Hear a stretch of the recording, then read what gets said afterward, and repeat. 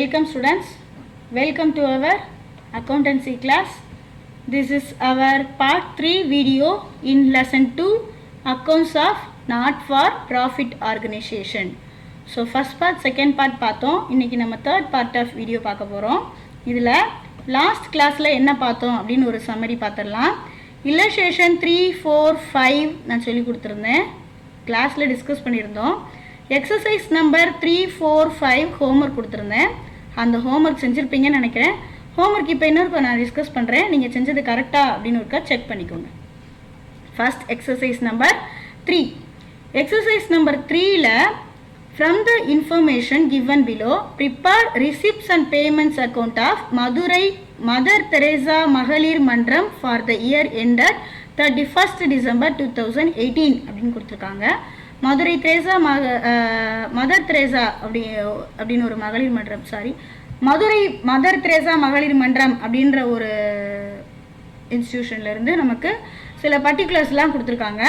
இதில் நமக்கு prepare receipts and payments account அப்படின்னு கேட்டிருக்காங்க.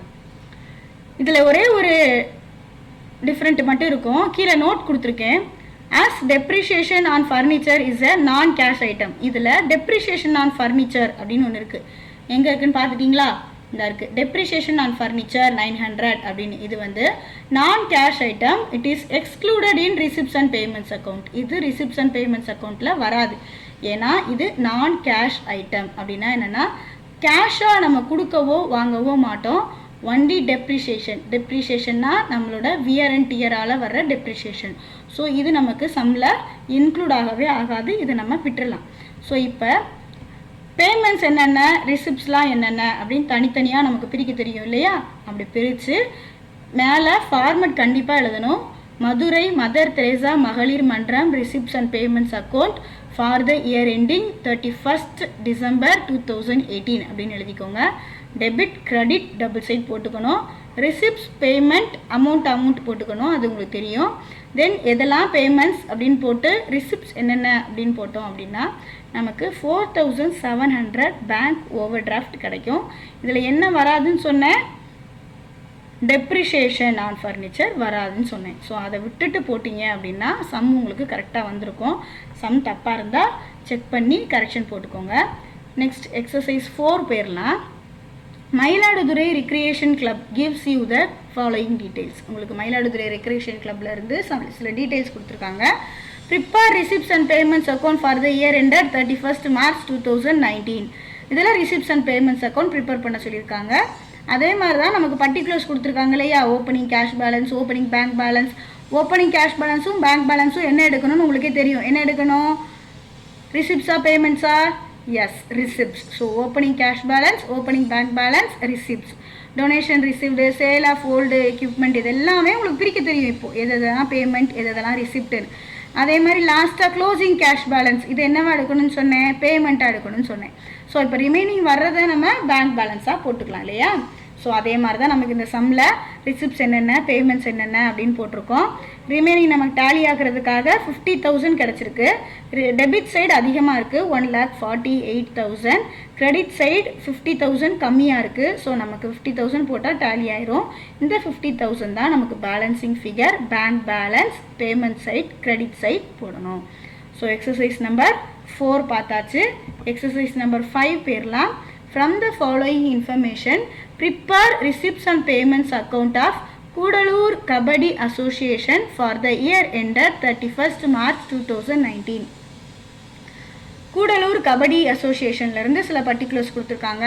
இதுவும் அதே மாதிரி தான் நமக்கு opening cash balance, bank over draft, stationery purchase, travelling expenses இப்படின்னு பர்டிகுலர்ஸ் நிறைய கொடுத்துருக்காங்க.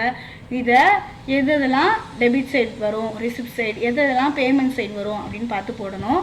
இதில் ஒரே ஒரு இன்ஃபர்மேஷன் என்ன அப்படின்னா ஓப்பனிங் கேஷ் பேலன்ஸ் 1/4/2018 11,000 இருக்கு இல்லையா?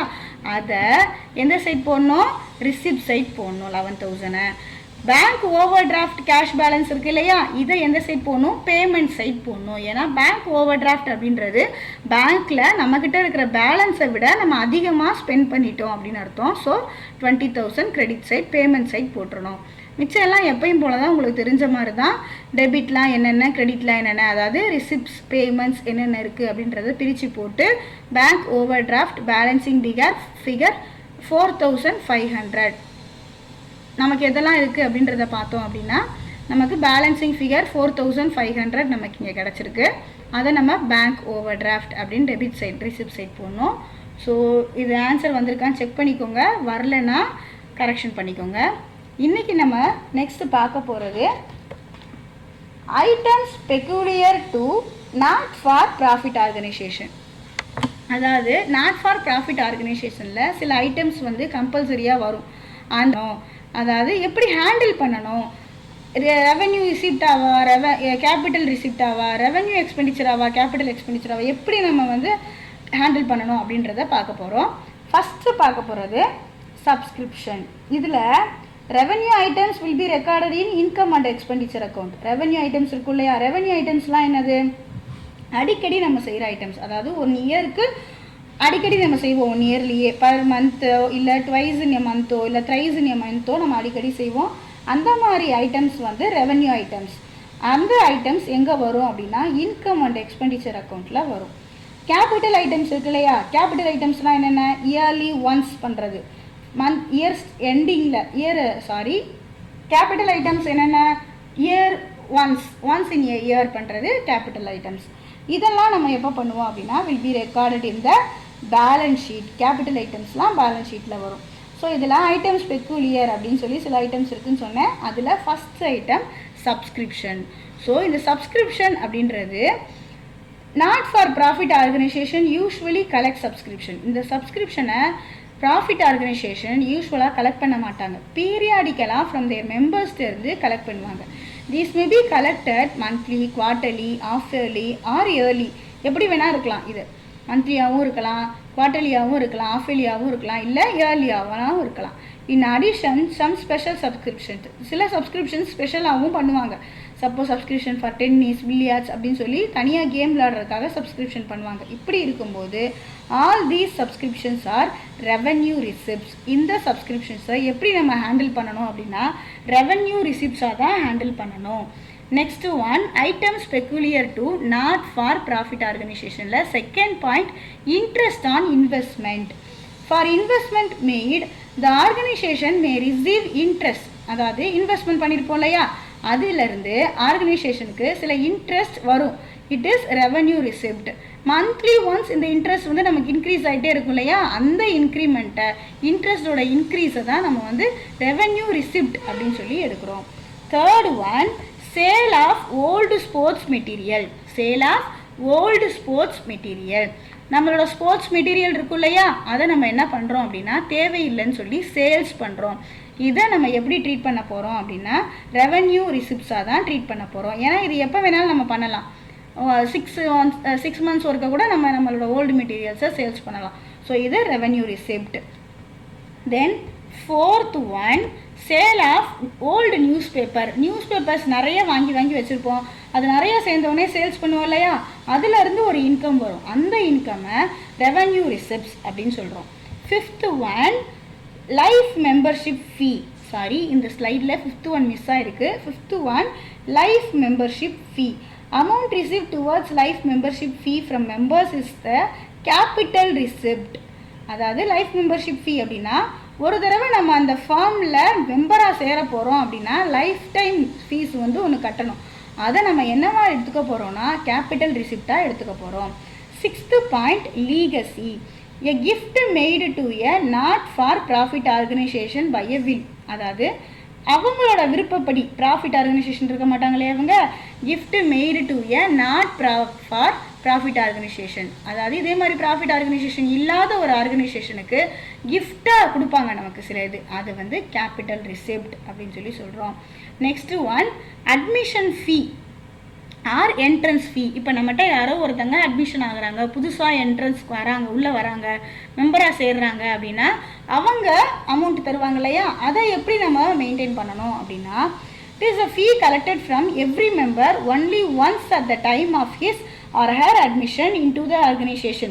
அவங்க எப்போ நம்ம ஆர்கனைசேஷனில் சேர்றாங்களோ அப்போ தான் நம்ம இந்த ஃபீஸ் வந்து கலெக்ட் பண்ணுறோம். But it may be treated as a revenue receipt as it is a recurring income from new members admitted every year and may be used to meet the expenses at the time of admission. It may be also treated as a capital receipt. இதை நம்ம revenue ரிசிப்டாகவும் எடுத்துக்கலாம், capital ரிசிப்டாகவும் எடுக்கலாம். அதாவது recurring income, அடிக்கடி நமக்கு income வர மாதிரி இருந்தது அப்படின்னா ரெவன்யூ ரிசிப்ட்.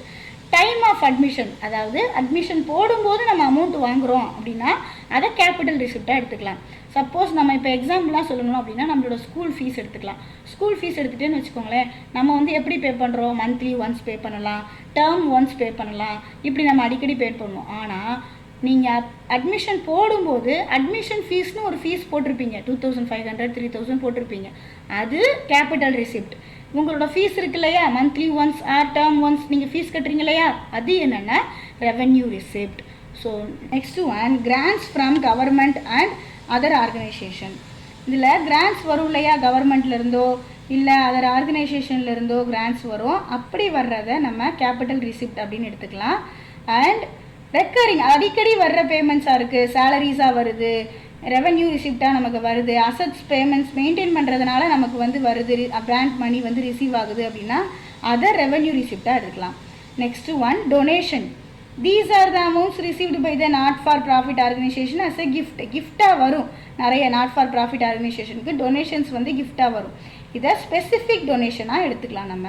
இதில் ஜென்ரல் டொனேஷன் அப்படின்றது if the donation is received without any specific condition, அதாவது நீங்கள் இதுக்கு தான் செலவு பண்ணணும் அப்படின்னு இல்லாமல் ஸ்பெசிஃபிக்காக இல்லாமல் கொடுக்குறது general donation. Then it is general donation, it is a revenue receipt. ஜென்ரலாக கொடுப்பாங்க, நீங்கள் வந்து மெயின்டைன் பண்ணுறதுக்காக அமௌண்ட் வச்சுக்கோங்க அப்படின்னு கொடுப்பாங்க, அது ஜென்ரல் டொனேஷன்.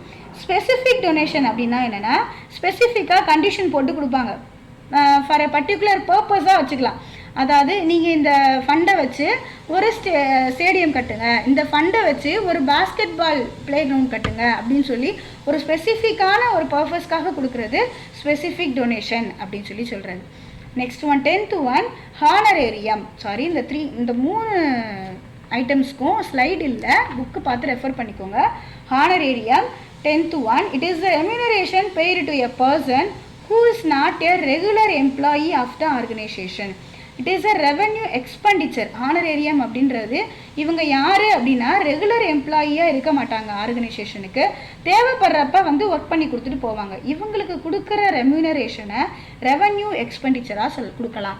ரெம்யூனரேஷன் அப்படின்றது அவங்களோட வேலைக்கு நம்ம கொடுக்குற சேலரி மாதிரி. 11th one, purchase of sports materials. நம்ம ஸ்போர்ட்ஸ் மெட்டீரியல் வாங்குவோம் இல்லையா, நம்மளோட கிளப்புக்காக ஸ்போர்ட்ஸ் மெட்டீரியல் வாங்குவோம். Sports material such as balls, bats, nets etcetera are consumable item, it is revenue expenditure. இது நம்ம எப்போனாலும் வாங்கலாம், நமக்கு தேவைப்படுறப்பெல்லாம் இது வந்து வாங்குவோம். So it is revenue expenditure. 12th one, purchase of sports equipments. Sports மெட்டீரியல்ஸுன்றது வேறு, ஸ்போர்ட்ஸ் எக்யூப்மெண்ட்ஸுன்றது வேறு. ஸ்போர்ட்ஸ் மெட்டீரியல்ஸ் அப்படின்னா சின்ன சின்ன பொருள், பால், பேட், ஸ்டம்ப் அப்படின்னு சொல்லி சின்ன சின்ன பொருளாக வாங்குறது ஸ்போர்ட்ஸ் மெட்டீரியல். ஸ்போர்ட்ஸ் எக்யூப்மெண்ட் அப்படின்றது ஒரு பிளே கிரவுண்ட் கட்டுறது, அதாவது இப்போ ஒரு பாஸ்கெட் பால் இது கட்ட போகிறோம் அப்படின்னா, ஒரு டென்னிஸ் கோர்ட் கட்ட போகிறோம், பாஸ்கெட் பால் கோர்ட் கட்ட போகிறோம் அப்படின்னா அது வந்து ஒன்ஸ் இன் இயர் தான் நம்ம வந்து கட்டுவோம், ஒன்ஸ் இன் லைஃப் டைம் தான் நம்ம கட்டுவோம். அதுக்குரிய மெட்டீரியல்ஸ் இப்போ நம்ம வாங்குகிறோம், purchase of table tennis, billiards table இதெல்லாம் வாங்க போகிறோம் அப்படின்னா அது capital expenditure. 13th one, purchase of books for library. லைப்ரரிக்காக புக்ஸ் வாங்குறது. ஸோ இது வந்து கேபிட்டல் எக்ஸ்பெண்டிச்சர், ஒரு தடவை தான் நம்ம வாங்குவோம். So items peculiar to not for profit ஆர்கனைசேஷனில் 13 ஐட்டம்ஸ் பார்த்துருக்கோம். இந்த 13 ஐட்டம்ஸில் எதெல்லாம் எப்படி நம்ம capital revenue, capital expenditure, revenue expenditure, capital income, revenue income எப்படி பிரிக்கலாம் அப்படின்னு சொல்லி பார்த்தோம். இப்போ ஃபியூ எக்ஸாம்பிள்ஸ் கொடுத்துருக்கோம். இதில் ஃபியூ ரெவென்யூ ரிசிப்ட்ஸ்க்கு சில எக்ஸாம்பிள், கேபிட்டல் ரிசிப்ட்ஸ்க்கு சில examples and revenue or capital ரிசிப்ட்ஸ்க்கு சில எக்ஸாம்பிள்ஸ் கொடுத்துருக்கோம். இந்த ரெவென்யூ ரிசிப்ட்ஸ்க்கு கீழே என்னென்னலாம் எக்ஸாம்பிள்ஸ் இருக்குன்னு பாருங்கள். Subscription, interest on investment, interest on fixed deposits, sale of sports material, sale of newspaper, collection or receipts relating to tournaments, sports, matches, entertainments, dinners. இதெல்லாம் revenue ரிசிப்ட்ல வரும். இதெல்லாமே அடிக்கடி நமக்கு வர்ற incomes. So it comes under revenue receipt.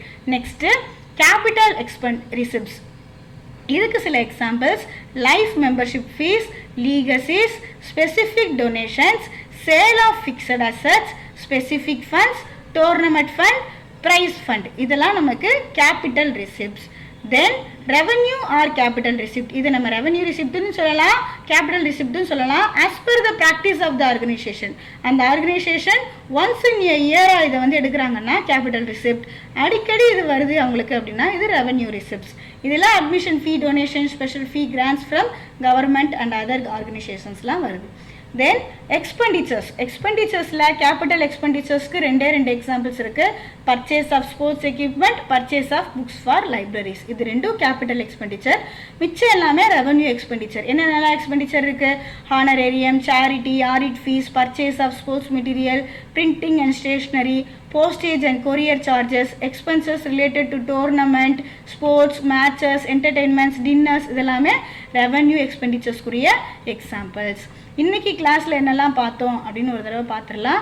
Exercise number 3, 4, 5 நான் homework கொடுத்துருந்ததை again ஒர்க்கை உங்களுக்கு நான் இன்றைக்கி சொல்லிக் கொடுத்தேன். நீங்கள் தப்பாக செஞ்சுருந்தீங்கன்னா அதில் கரெக்ஷன் போட்டுக்கோங்க. இன்றைக்கி பார்த்த டாபிக்ஸ், தியரி டாபிக்ஸ் என்ன அப்படின்னா items peculiar to not for profit organisation பார்த்தோம். அதில் 13 ஐட்டம்ஸ் பார்த்தோம். 13 ஐட்டம்ஸ் என்னெல்லாம் பார்த்தோம் ஞாபகம் இருக்கா?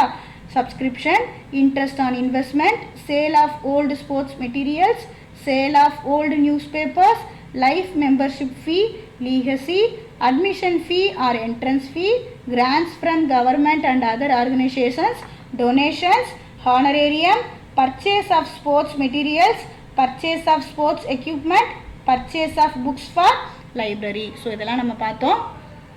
Then few examples of capital and revenue receipts items பார்த்தோம். Few examples of capital and revenue expenditure items பார்த்தோம்.